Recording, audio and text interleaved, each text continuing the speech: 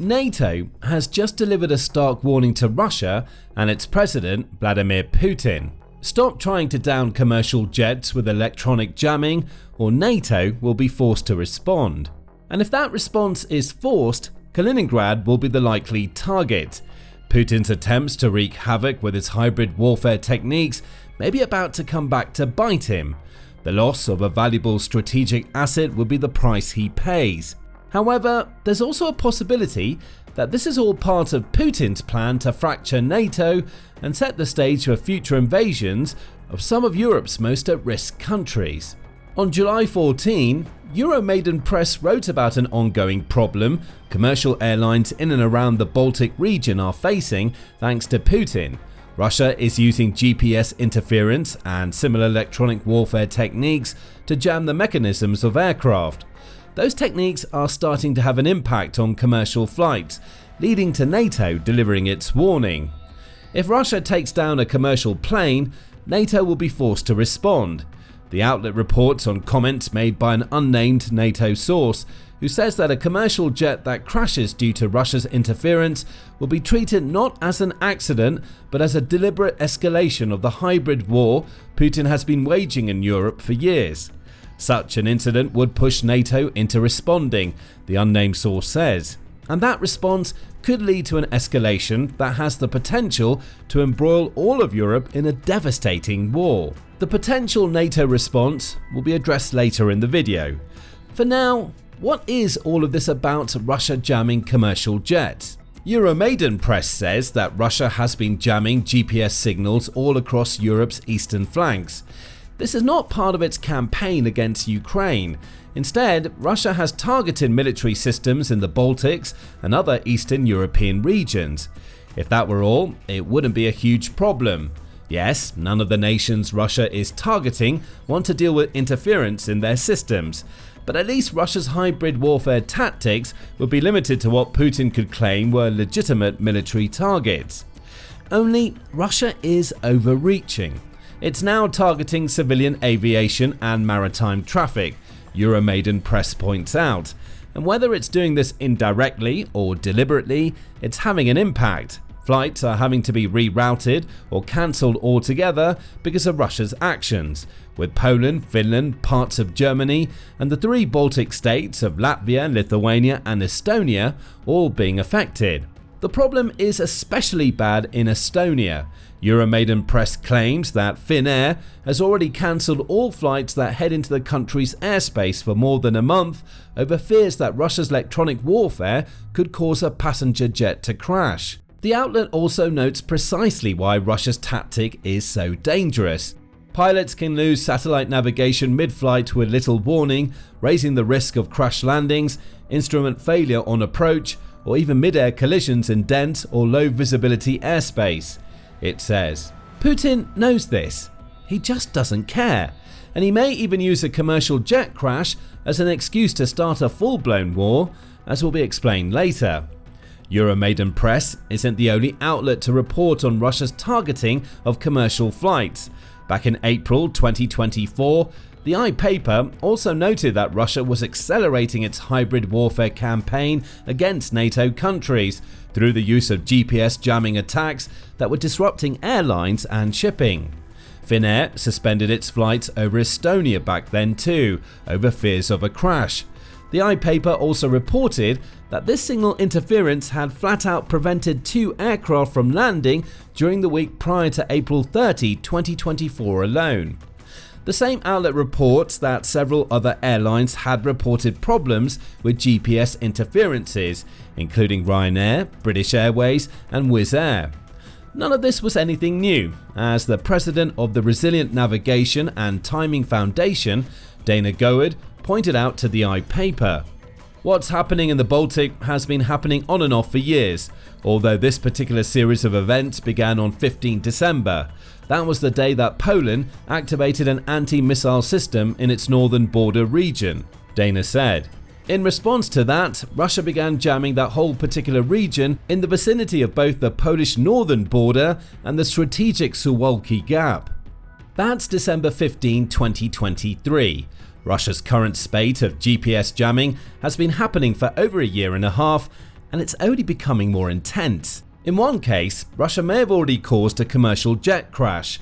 On December 26, 2024, The Guardian reported that a Russian anti-aircraft system may have been behind the crash of an Azerbaijan Airlines aircraft that killed 38 people.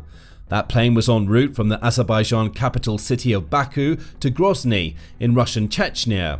In that case, the crash was believed to have been unintentional and caused by Russian air defense fire that forced the plane to veer hundreds of miles off its route before it crash landed in a field.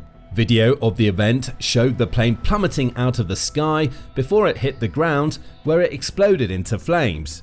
Granted, this event didn't seem to involve any GPS signal jamming. It also seems to have been an unintentional strike against an aircraft heading into Russia. But what it shows us is that Russia's aerial warfare techniques are already spilling out far beyond the borders of Ukraine and into other regions.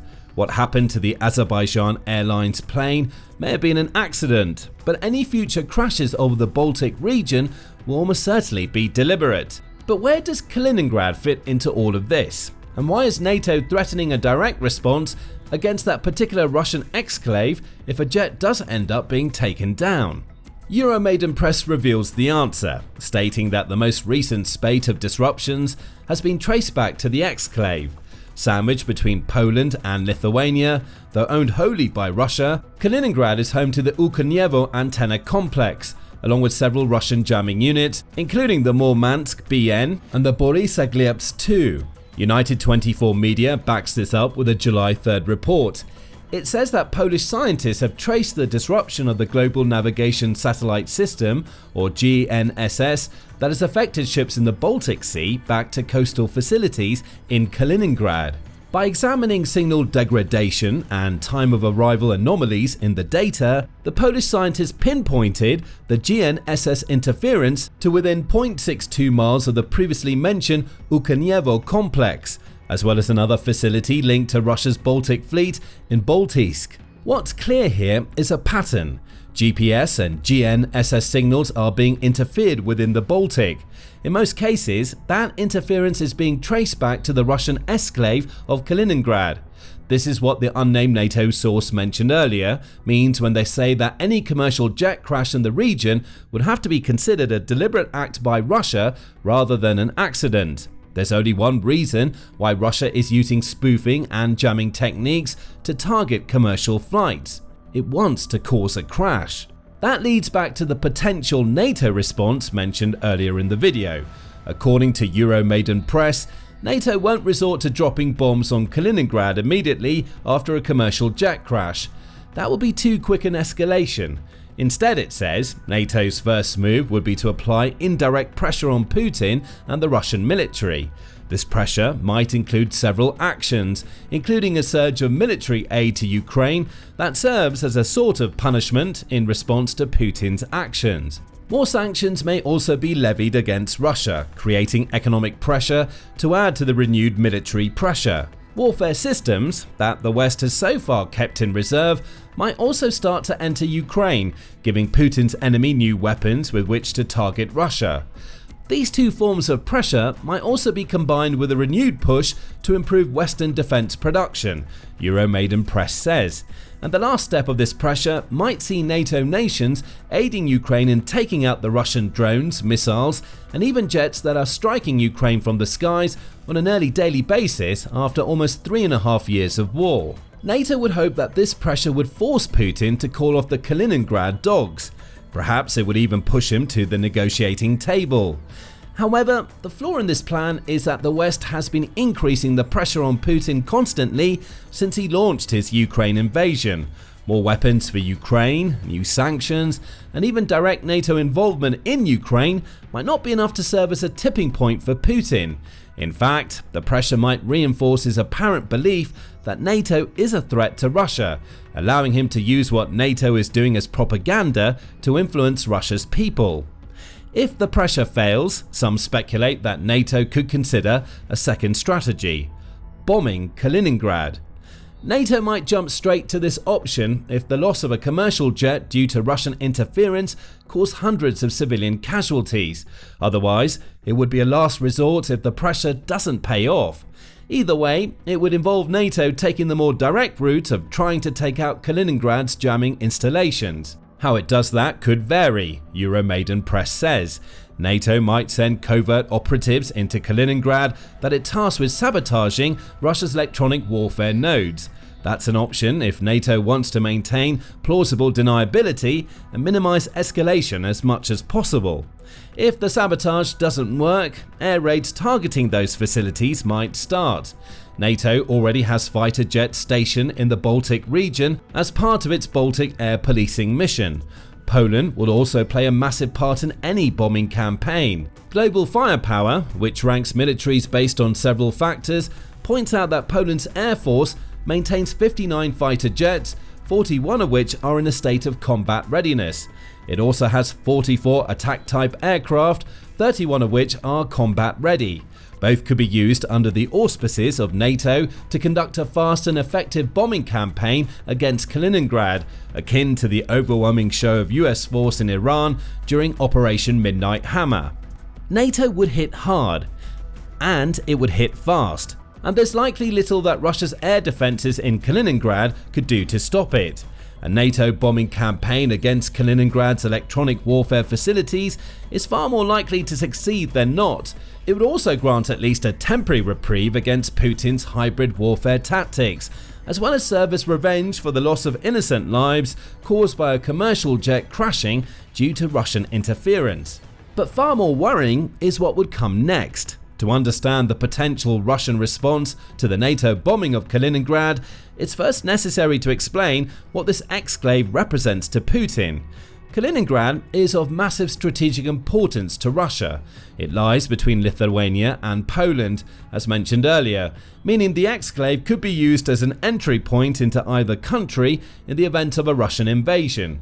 It also provides Russia with access to the Baltic Sea, as well as being key to the threat Putin is able to project in Eastern Europe. The BBC also notes that Kaliningrad is home to Russia's Baltic Fleet, which is stationed at Baltiysk.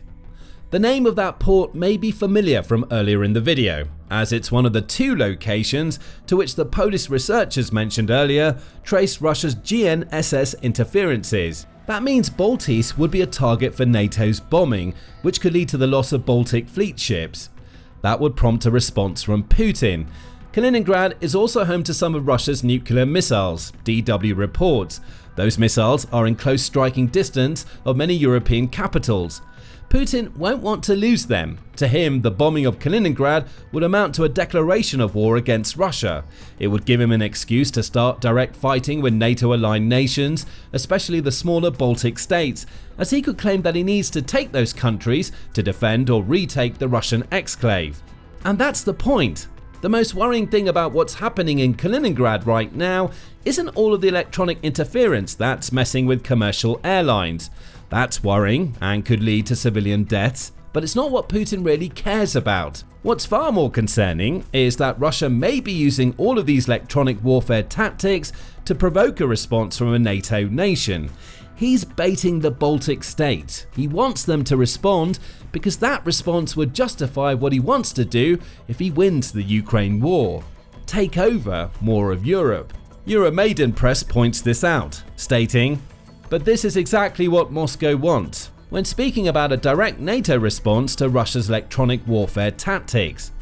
These GPS disruptions, hybrid strikes, and sabotage campaigns are not random acts of nuisance. They're part of a broader strategy designed to provoke the Baltics to strike first. Putin has been trying to paint NATO as the bad guy, both before he invaded Ukraine and since. He's used NATO expansionism as one of his reasons for attacking Ukraine in the first place. That's according to the American Foreign Service Association, or AFSA, which says that Putin claimed that the preliminary steps Ukraine appeared to be taking to join NATO were the principal grounds for the launch of the supposed special military operation in February 2022. Ukraine's membership would have been a step too far for Putin, the AFSA says, especially as Russia's leader was already concerned with NATO's influence spreading further east. In Putin's eyes, NATO had already claimed Poland and the Baltic states, all of which have in the past been under Russia's control. Ukraine would have brought NATO to Russia's border, which Putin couldn't allow. Putin's problem was that he didn't want to be the man blamed for starting that fight, especially in his home country of Russia.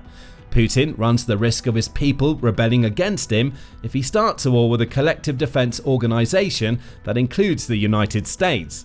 Though Putin has spent much of his reign spreading the message that NATO took advantage of the chaos caused by the collapse of the Soviet Union to extend its influence, he couldn't justify starting a fight.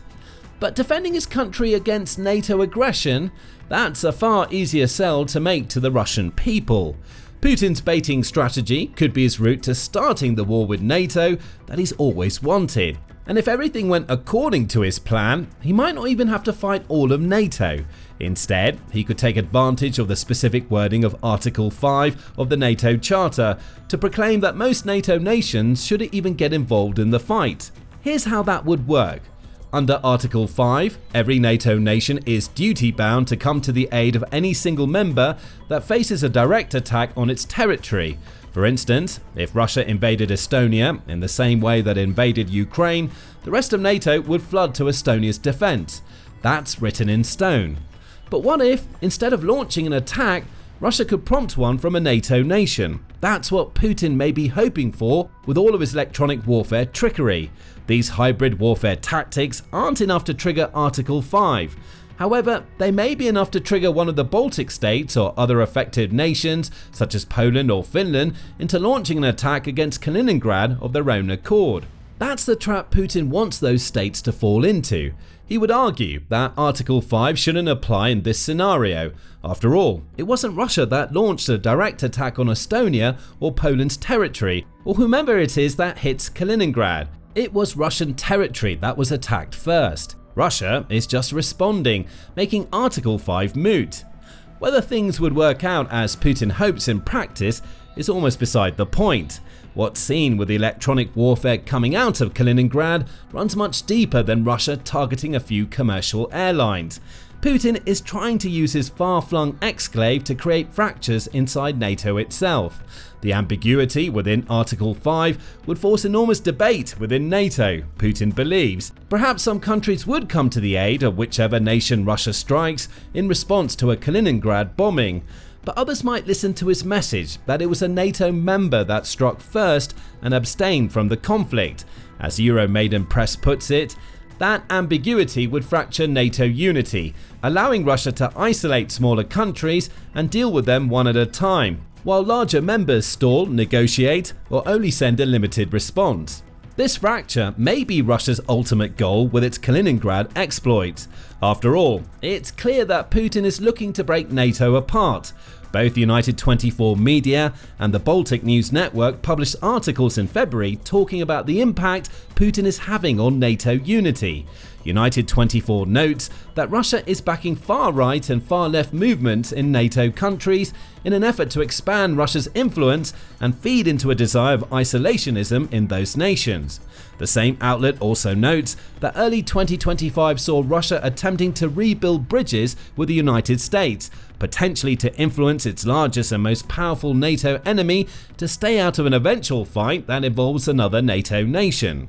The Baltic News Network adds that Kaspars Pudans, commander of Latvian National Armed Forces or NBS, had hoped that the shift from Biden to Trump in the United States could create uncertainties within NATO that might lead to miscalculated decisions. Of course, this hasn't worked out quite how Putin would have wanted. Though he seemed to be getting somewhere in his efforts to build a strong relationship with Trump, Putin's outright refusal to accept a ceasefire in the Ukraine war has drawn Trump's ire. The US is still solidly involved in NATO, but there's a possibility that Putin could use Article 5 technicalities to cause bureaucratic issues that prevent a rapid response to his invasion of smaller NATO states in response to a Kaliningrad bombing. All of this means there's a ton of risk involved in a direct strike against Kaliningrad. There's only one way to overcome this risk.